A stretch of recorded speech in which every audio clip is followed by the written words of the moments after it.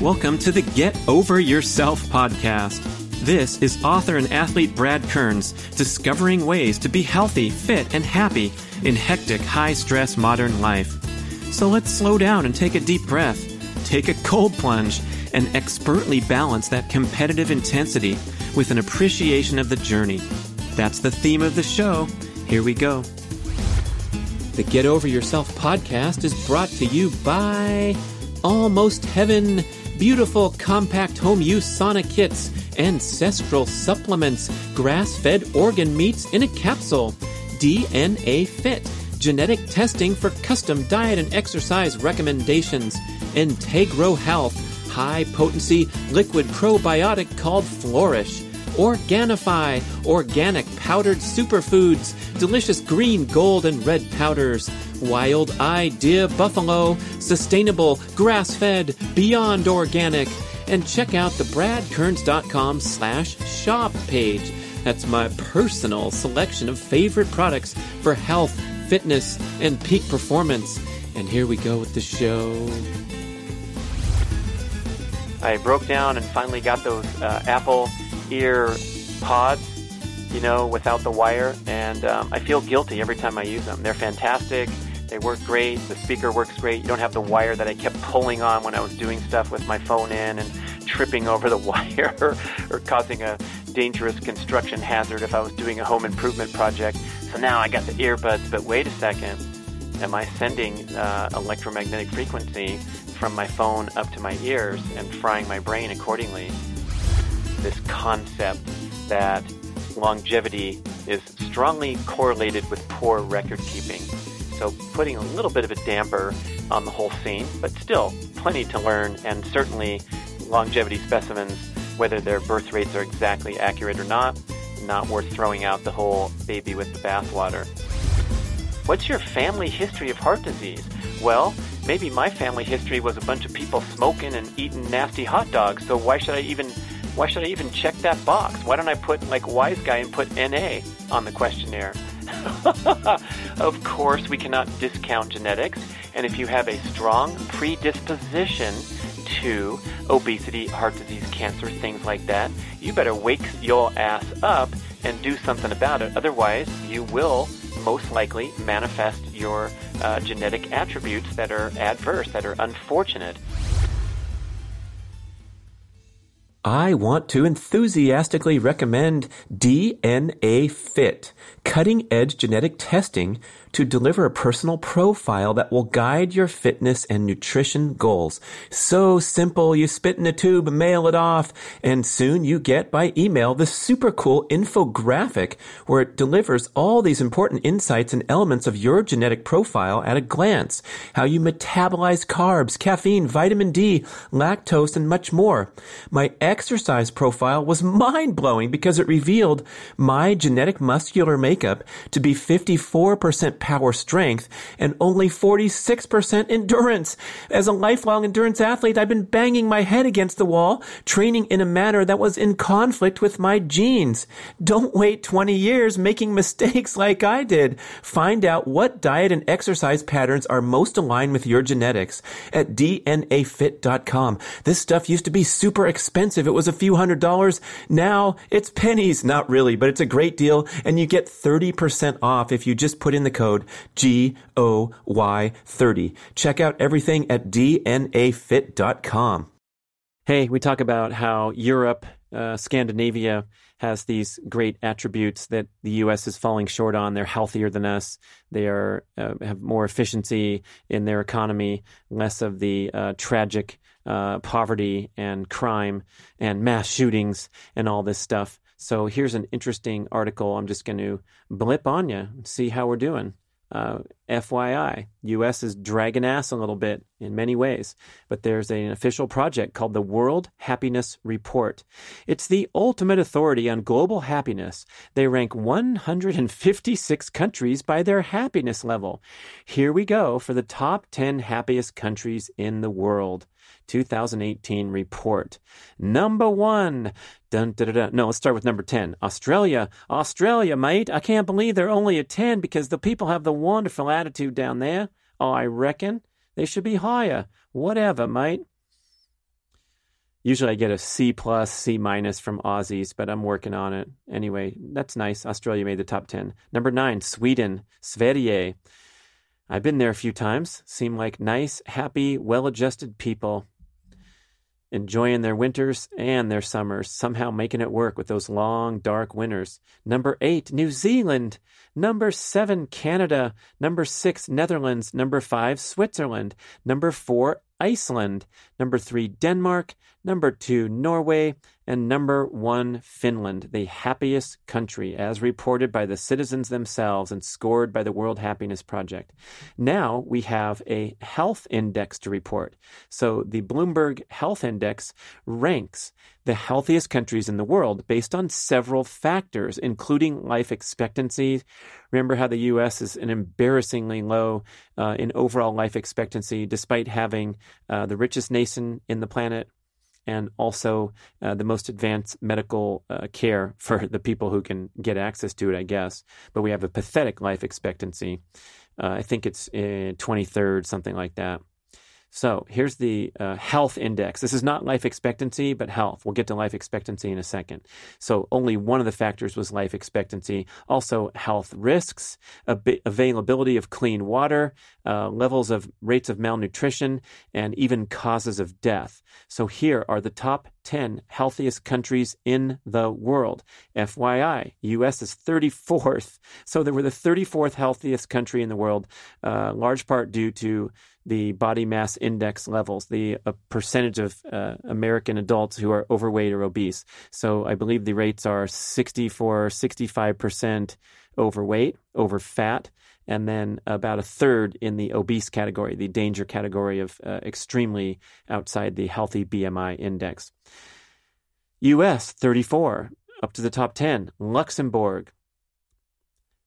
Israel, number 9. Sweden, number 8. Japan, number 7. Spain, number 6. Australia, number 5. Singapore, number 4. Switzerland, number 3. Iceland, number 2. And the healthiest country on the planet, Italia, number 1. Okay, now we're going to go to the widely cited life expectancy stats. So here's where the countries stack up.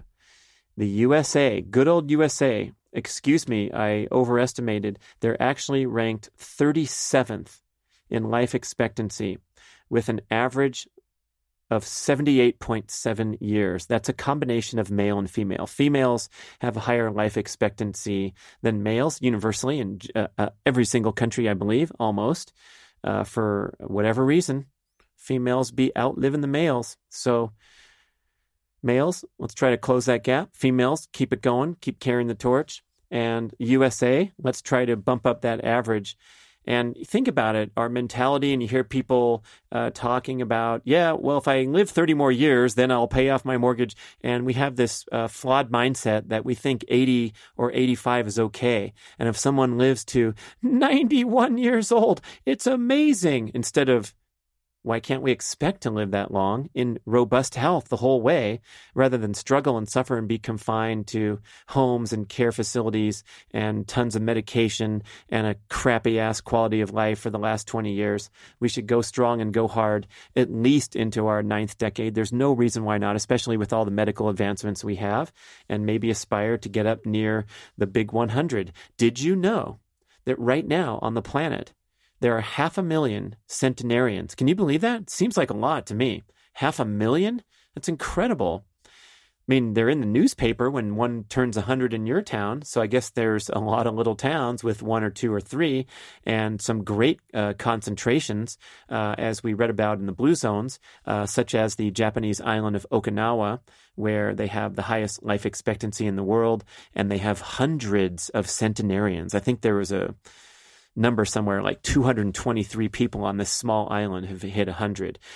Now, alert, granted, there's some difficulty keeping track even in 100 years ago time, especially in certain countries that were a little more primitive than the records in, let's say, the Los Angeles County birth records, where you can go down and look at your grandmother on microfilm, right? No joke. So it turns out that the blue zones going after these wonderful the longevity specimens in Icaria Island off of Greece, Sardinia, the Nicoya people of Costa Rica, the Loma Linda Seventh-day Adventists in Southern California, and the Okinawans. I think I just named them all off the top of my head. Pretty good, no joke. Anyway, these concentration of centenarians, these wonderful statistics, are now being called into question because these places also happen to have sketchy or subpar record keeping. So I think Mark Sisson did an article recently on Mark's Daily Apple. You can probably Google in general this concept that longevity is strongly correlated with poor record keeping. So putting a little bit of a damper on the whole scene, but still plenty to learn, and certainly longevity specimens, whether their birth rates are exactly accurate or not worth throwing out the whole baby with the bathwater. Yeah, I should also mention my hero, my inspiration, Jean Calment of France, the current reigning world record holder who lived to be 122 years old. Therefore, my goal of living to 123, as easy as 1, 2, 3. You can watch her on YouTube with this spicy video. If you type in her name, Jean Calment, they talked about her diet and how she ate so much dark chocolate, and this amazing sharp lady who was interviewed just before her death in 1997. And they believe the video came when she was 119 years old, and she was talking about selling pencils to Vincent van Gogh in her father's art shop, and how he smelled of alcohol and he was mean, and all this funny stuff from this old lady. Now they're pointing at her specifically, obviously, because she's the world record holder, that she may have assumed her daughter's identity, or she may have assumed her mother's identity back when, in order to get some social benefits or something in France. So they're looking at her thinking maybe she added on another 22 years or whatever, being her mother instead of the daughter of her mother. However, there are some strongly validated cases that are up 113, 115, 117. So anyway, humans can live a long time over 100. It doesn't have to be some freaky genetic good fortune that's out of your reach, but we do the right thing, manage our stress levels, eat right, exercise, grab that low-hanging fruit Peter Attia talks about, and we set ourselves up with wonderful potential to live a long, happy, healthy life, possibly outside the realm of even our own belief system. So first things first, shatter those self-limiting beliefs where you're referencing your life expectancy on, for example, your family members. It doesn't really matter as much as we think how well your parents did. And it always bugs me when I go to the doctor's office and they ask me, what's your family history of heart disease? Well, maybe my family history was a bunch of people smoking and eating nasty hot dogs. So why should I even check that box? Why don't I put like wise guy and put NA on the questionnaire? Of course, we cannot discount genetics. And if you have a strong predisposition to obesity, heart disease, cancer, things like that, you better wake your ass up and do something about it. Otherwise, you will most likely manifest your genetic attributes that are adverse, that are unfortunate. But if you take action against those, you can render your familial genetics largely irrelevant. You manage the risk, go see the doctor more. My podcast guest, Martin Bronze, lost his father at a young age to heart attack. And so he's all over the case and studying the latest dietary principles and going to the Stanford Medical Clinic and getting the best tests and best optimized diet and supplementation regimen so he doesn't suffer a similar fate. So maybe he does have those genetic predispositions that he's trying to nullify through diet, exercise, healthy living. You can do the same. Can you feel me here? Familial genetics are extremely important. Congratulations if your parents and grandparents lived to 98 and Aunt Martha at 103. It's incredible. And Uncle Charlie smoked every day of his life and still lived to 89. Okay, if you have good genetics, make the most of them. Don't ride along like Surfer Boy thinking that you're going to skate free from disease and demise, because we are not looking good right now. The children of today have a lower life expectancy than their parents for the first time in recorded history. I was just talking to an alternative health expert about the massive concerns about the new 5G cellular service coming in. Most people could care less or can cite the magazine article, newspaper article that they read that said the FCC says 5G is totally safe. But the alternative health enthusiasts that I respect greatly are extremely alarmed about this electro frequency that they're installing. They're wiring up your town right now as we speak, and they're going to cast a little electromagnetic haze over the entire cell reception network, brazenly doing so. And we don't know about the dangers. We now have a little bit of inclination that carrying around the cell phone all day could be bad for you, with sperm count research coming out. Dave Asprey on his podcast talked about the bone scan that he got that showed his right femur had 20% less bone density than his left, something like that. And sure enough, he carries his cell phone in his right-hand pocket for years and years. So let's get smart about this. Let's be conservative when we're talking about new science and new technology. Maybe don't be the early adopter of everything. I have to admit, I broke down and finally got those Apple ear pods, without the wire. And I feel guilty every time I use them. They're fantastic. They work great. The speaker works great. You don't have the wire that I kept pulling on when I was doing stuff with my phone in and tripping over the wire or causing a dangerous construction hazard if I was doing a home improvement project. So now I got the earbuds, but wait a second. Am I sending electromagnetic frequency from my phone up to my ears and frying my brain accordingly? I don't know, man. I try to use them sparingly, honestly. So let's get straight with your genetic predispositions. Very important, very relevant, and you are obligated to make the most of your Homo sapiens genes such that you nullify the significance of your familial genes, especially the bad ones, of course, and then leverage the good ones. All right, healthier, happier countries, pretty much dragging ass. Hold on, let me summarize and see if I found U.S. in any of these top 10 lists. No, I'm sorry, I didn't. So, again, life expectancy. Oh, I never finished the list, did I? U.S. is 37th with 78.7, and now we get into the top 10. Number 10, Australia. Joint life expectancy for males and females, again, 82.5. Sweden, number 9, 82.6. Singapore, number 8, 82.6. France, number 7, 82.7. Wow, competitive, huh? Number 6, Iceland, 82.9. Number 5, Switzerland, 83.2. Number 4, Spain, 83.4. Number 3, Italy, the healthiest country, also number 3 in life expectancy. Ooh, nice. So that you live a long, healthy life. 83.5. Probably that good food, social environment. Maybe they're healthy, active.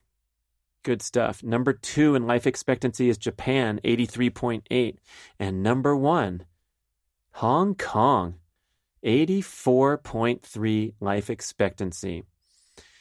Back to that health index. Remember, number 1 was Italy, Iceland, Switzerland, Singapore, Australia in the top 5. And then the first thing we talked about was happiness. And that went Finland, Norway, Denmark, Iceland, and Switzerland in the top 5. Thanks for listening to that fun stuff. Do something about it. Let's go USA. Let's kind of climb up the ladder here. It's about time, huh? Da-dum, da-dum. Share this show with somebody in the USA and outside the USA too. If you have a friend in Italy, Iceland, Switzerland, give them the good news. Bye. Thank you for listening to the show. We would love your feedback at getoveryourselfpodcast@gmail.com. And we would also love if you could leave a rating and a review on iTunes or wherever you listen to podcasts. I know it's a hassle. You have to go to desktop iTunes, click on the tab that says ratings and reviews, and then click to rate the show anywhere from 5 to 5 stars. And it really helps spread the word so more people can find the show and get over themselves, because they need to. Thanks for doing it. Here's a wild idea. How about eating some good, clean, delicious, sustainably raised meat instead of the nasty, trashy feedlot animals, the vast majority of our meat consumption? No wonder there's vegetarians and vegans out there. But look, wild idea buffalo. is 100% grass-fed and finished meat. They roam on the open range as they have been for 130,000 years. This wonderful company is doing the best they can to give these animals a good life, harvest them in a humane manner. Check this out. 40 million cattle are slaughtered every year and pushed into the mainstream food supply. You've read books like Fast Food Nation with the disastrous health impact and consequences of this mess. And then, by contrast, 60,000 buffalo a year are harvested. Much more nutritional value, much better feeling deep inside when you order quality meat. Go to wildidea.com, order direct. They'll ship it to your house. It's delicious. You'll be a convert right away. There's nothing in the world like Buffalo Burger. Fantastic. Try it.